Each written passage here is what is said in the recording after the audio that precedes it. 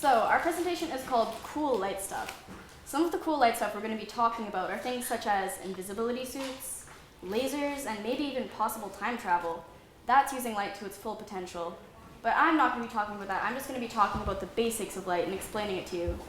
So how light works is the sun gives off white light, and white light contains all of the colors of the rainbow. So say we had a red apple here. The red apple absorbs all the colors in the white light, and it reflects red, and that's why our eyes see it as red. And white light is important because without it we wouldn't be able to see colors. Because say we were in a dark room and the only light in there was red. We would see everything as red because that's just red light. If it was white light, we would be able to see colors. And there's also some lights that the human eye can't see, such as ultraviolet light, and that's because the wave is too small.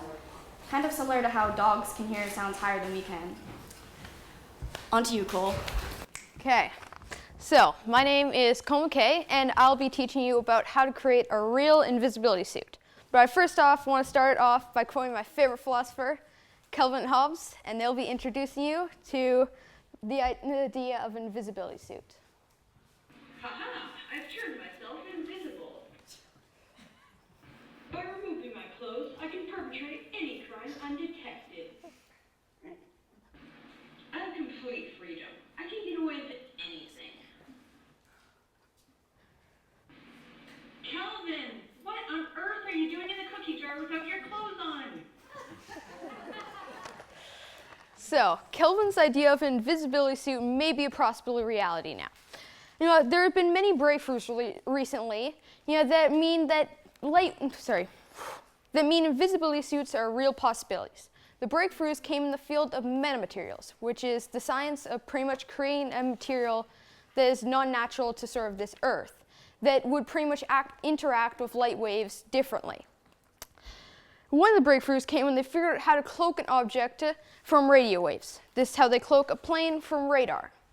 Radar is pretty much when an antenna, sort of like right here, would pretty much shoot the radio wave shoot it into a radio wave out, and if it hits an object, say an enemy plane, it would bounce back to the antenna, locating it there. It would pretty much make a sweep of the radius, and pretty much if there was an object, it would show up. Now, the way they're able to cloak this is by making the radio waves bounce off a different way, so it wouldn't go right back to the thing. It would go up, around, sort of like that, just not straight back to the antenna. Though just imagine this, the sort of like cloaking enemy plane pretty much, as an invisibility suit. The sun would be the antenna, and the eye would be the antenna as well. Pretty much the sun would shoot out into light waves to then hit the invisibility suit, sort of like how an antenna would shoot out radio waves to hit an enemy plane. And it would then bounce away from the eye so that you wouldn't be able to see it. But if we used that design, there would be a flaw.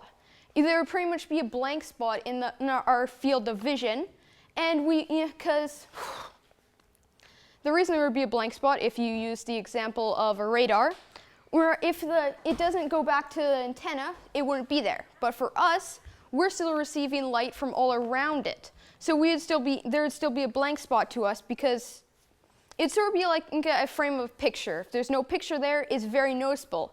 But if there's no frame, we wouldn't be able to know that there's supposed to be a picture there. Now, second. You see, because it would bend around me, and the light would hit the object behind me, then reflect back to your eyes. I couldn't get the best slide here, but just imagine this as sort of like the sun.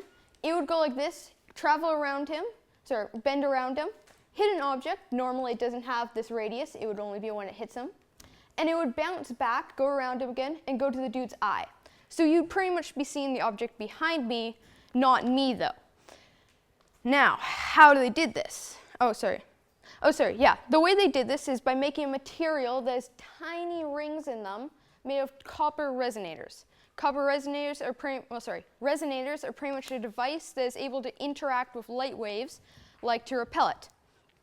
The way they repelled it is because light waves are electromagnetic radiation. And all we have to focus on is the magnetic part, and sort of pretty much magnetic fields, if you don't know, are pretty much the stuff that make magnets repel each other and connect. that's pretty much how they would repel each other, because they would have the same charge as a light wave. That's all. I'm Cam, and I'm going to be talking about how lasers work and what we use them for. So for a while, lasers have been a sci-fi fantasy, but now are becoming a modern reality.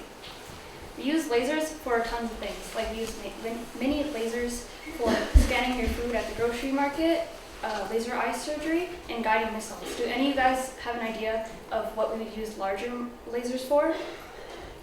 No. You guys can raise your hands if you think you have an idea. Okay, then over there. A death ray? A death ray, maybe in the future. Surgery. Yeah, surgery. And also we use them for laser pointers like this one. So this is the inside of a laser.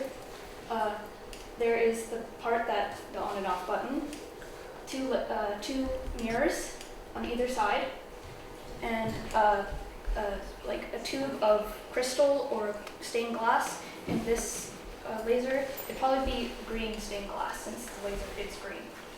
So once you turn a laser on, it sends photons, which are these blue dots, into the tube of color. And photons are like light particles or waves. So the atoms, these green dots, they absorb the photons and then become unstable for a couple milliseconds.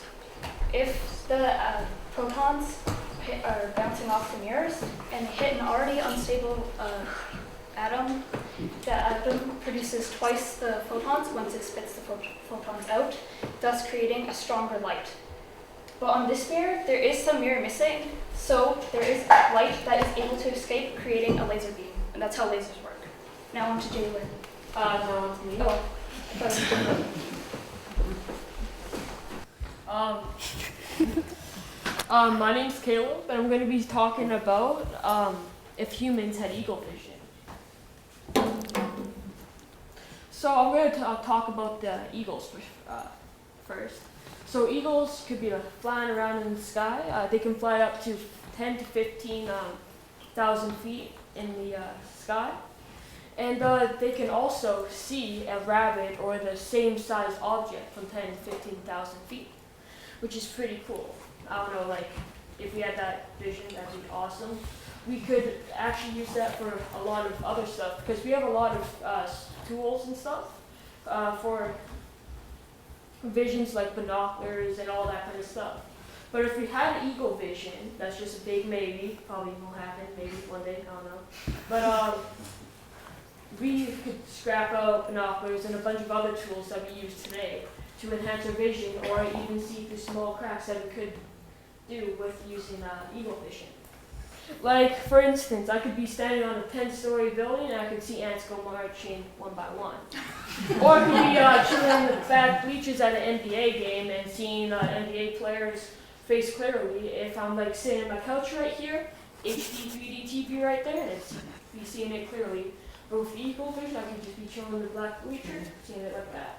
And I don't know, but I think it might just be me, but that's pretty cool. But, yeah. It's your go. Me. Okay, so. Okay, so my name is Jalen, and where's the. Okay, whatever. My name is Jalen, and today I will be talking about how we'd be able to see in the past using light. Now, just like sound, cars, and of course eagles, light has speed. And the speed of light is a mere 300,000 kilometers an hour. That's pretty fast. But at great distances, there can be time delays. So imagine yourself talking to a friend about a meter away. The time that it would take for the light to reflect off of their face into your eyes is 3.336 nanoseconds. So when you're looking around at the world, you're not seeing it as how it is. You're seeing it as how it was a fraction of a second ago. So take the moon for an example. The moon is 384,000 kilometers away. So that causes a 1.5 second light time delay. For example, say the moon got hit by an asteroid and it exploded. We wouldn't see it tell a second and a half after it actually happened. Let's take a bigger example. The sun. That is 8 light minutes away. So say the sun died out and it exploded, just like the moon or something like that. We wouldn't see that until 8 minutes after it actually happened. Now, a bigger and farther example, Mars. That is 12 light minutes away. So take, well, if you watch the NASA live footage of Curiosity, which was the space lander that landed on Mars, that wasn't live footage. That happened 12 minutes ago because radio waves travel at the same speed as light. And our nearest galaxy, the Eagle Nebula, and its famous pillars of creating, yeah, weird name, there was thought to be a big supernova explosion happened there, and it wiped out everything. But since it's 7,000 light years away, you can look into a telescope and you can actually see that galaxy perfectly healthy and fine right now. But in about a few thousand years from now, because the explosion happened 5,000 years ago, we're going to see it explode because it takes 7,000 years for the light of that explosion to hit our eyes. And you're probably thinking, how does this tie in with seeing into the past? Now, say we had a really strong telescope and we sent a really big mirror 1 million light years away. And we looked through the telescope and we saw the mirror. The mirror would reflect back and we would see the Earth, but not how the Earth is right now, how the Earth was 1 million years ago. So we would be seeing the dinosaurs. Now, this isn't going to be just used for, looking at our own past. We could also see the past of the galaxy. For example, we could see when the first galaxies came around, or heck, if we go far enough with it, we could even see if the Big Bang Theory was real. But anyway, that was our presentation on light, and that's how we would be able to see the past using light, and that's our presentation. So.